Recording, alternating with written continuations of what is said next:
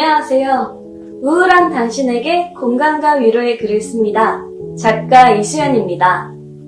10월 10일 정신건강의 날을 맞이해 대전광역정신건강복지센터와 온라인 북토크를 진행하게 되었습니다. 지금 이 시간 대전광역시 시민분들에게 제 책과 함께 정신지원자로서 작가 활동을 하고 있는 저의 이야기를 들려드리려 합니다. 그럼 관심 있게 지켜봐 주세요. 이게 제 첫 책, 조금 우울하지만 보통 사람입니다. 라는 에세이입니다.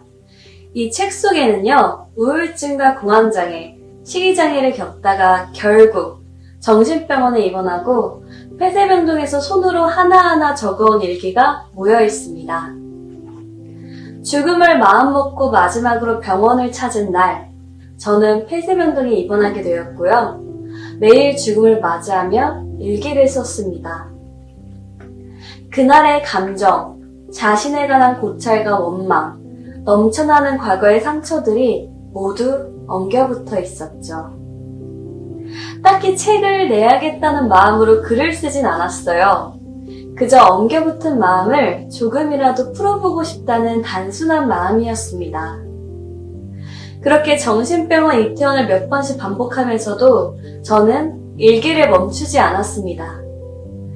누군가 내가 죽는다면 남은 이 일기들이 그들에게 위로가 되지 않을까 하는 마음으로, 또 딱히 누군가를 위해서가 아니어도 나를 위해서 매일 쓴 일기는 유서와도 같았죠. 그러다 이번 도중 주치의 선생님이 제가 일기를 쓴다는 사실을 알게 되어, 그게 일기를 쓴 지 1년이 조금 넘은 시점이었는데요. 어떻게 보면 참 늦게 아신 거죠. 주치의 선생님은 제 일기를 읽어보고 싶다고 하셨습니다. 읽어봐도 될까요? 이 말을 상당 한 번에 3번 정도 물으셨어요. 저는 어렵사리 일기를 드렸습니다. 그리고 주치의 선생님은 다 읽은 일기를 돌려주면서 지나가듯이 이렇게 말씀하셨어요. 이 글을 많은 사람이 읽어보았으면 좋겠어요.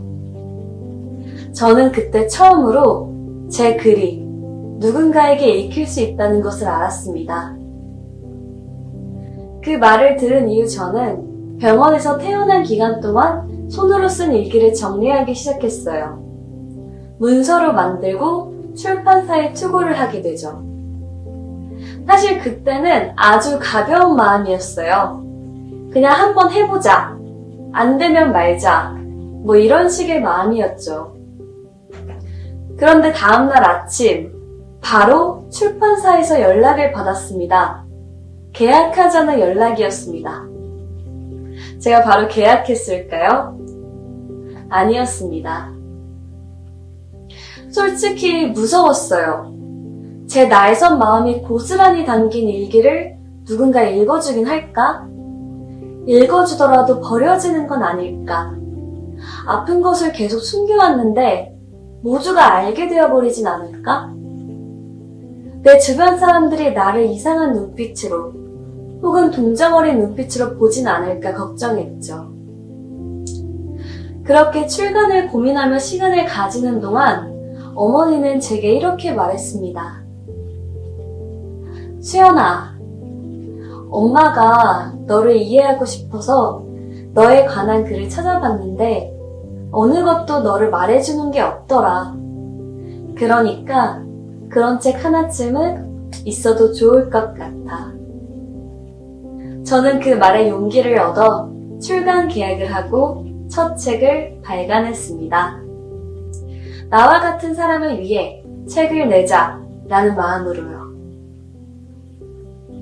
첫 책을 발간하고 솔직히 큰 기대를 하진 않았어요.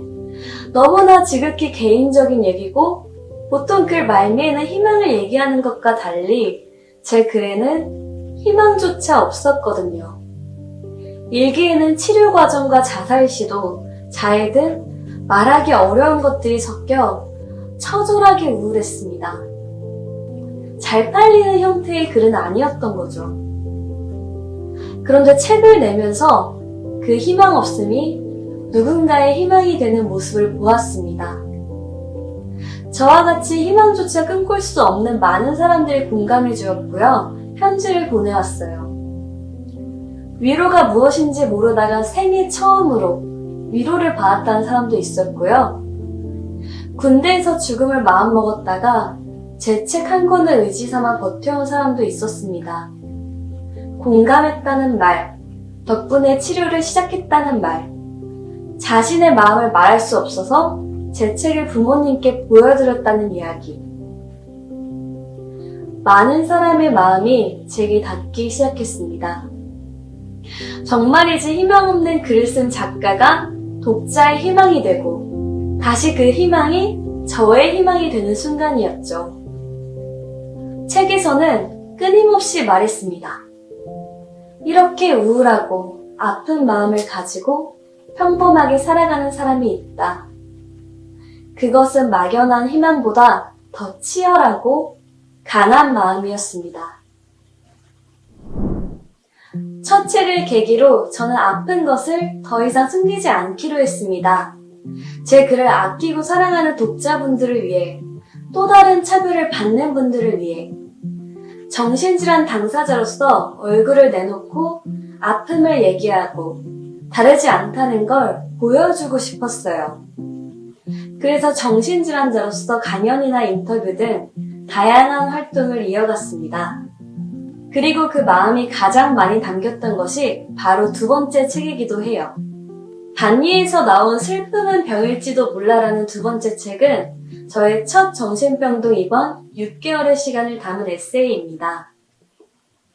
두 번째 책 속에서는요, 정신병원 폐쇄병동의 생활이 고스란히 남아있어요. 처음 병원을 입원하게 된 이유, 입원 과정, 병동 생활, 그곳에서 만난 사람들이 하나의 이야기를 만들어가죠. 사실 저도 처음에는 정신병원 입원을 떠올리면 강압적이고 어둡고 산속에 있을 것 같은 그런 인상을 받았어요. 실제로 드라마나 매체에서 그런 모습으로 묘사가 되었으니까요. 그런데 제가 직접 겪은 정신병원은 그렇지 않았습니다. 일단 숲 어딘가에 있지도 않았고요. 그냥 종합병원 같은 느낌이었어요. 인권보호가 대체적으로 문제가 되면서 서서히 개선되는 모습도 많이 있었고요. 의료진들도 섬세하게 환자를 체크하고 치료에 도움되는 프로그램도 여러 시행하고 있었죠. 게다가 그곳에는 저와 같은 정신질환자분들의 이야기가 매우 인상적이었습니다. 솔직히 첫 입원 때는 저도 좀 무섭더라고요. 어떤 사람이 뭘로 입원했는지 전혀 모르잖아요. 그런데 그 사람들과 어울리면서 저는 알았습니다. 이 사람들도 어딘가 상처를 가진 평범한 사람들이구나. 나와 같구나. 나도 정신질환자이면서 또 다른 정신질환자에게 편견이 있었다는 것을, 그리고 대화로 그 편견을 풀어낼 수 있다는 것을 다른 환자분들을 통해 배웠습니다. 정신병동에서는요, 저녁 시간이 되면 모두 옹기종기 모여 앉아서 슬픈 얘기, 기쁜 얘기, 여러 가지 이야기를 나누는데요. 그 어느 때보다 마음이 편안하더라고요. 그분들 모두 제가 겪은 마음을 알고 있었고 누구보다 이해해 주었습니다. 저는 종종 생각합니다. 이러한 경험으로 저의 인식이 바뀌어 갔듯 정신질환을 겪지 않는 사람에게도 그러한 경험들이 필요하지 않을까.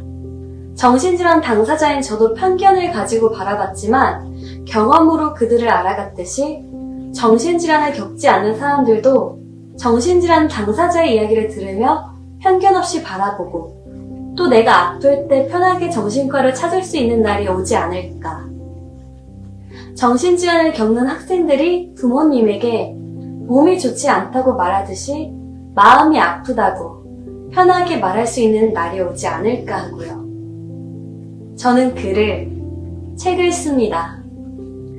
많은 사람이 제 책을 읽어주었으면 좋겠다는 마음은 작가로서 당연한 마음이죠.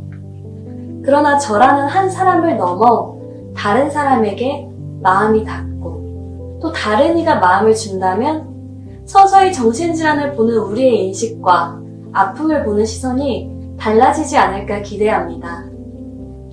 제 책은 그러한 소망이 담긴 책입니다. 대전광역시 시민분들에게 제 마음이 닿기를 바라며 작가 이수연이었습니다. 감사합니다.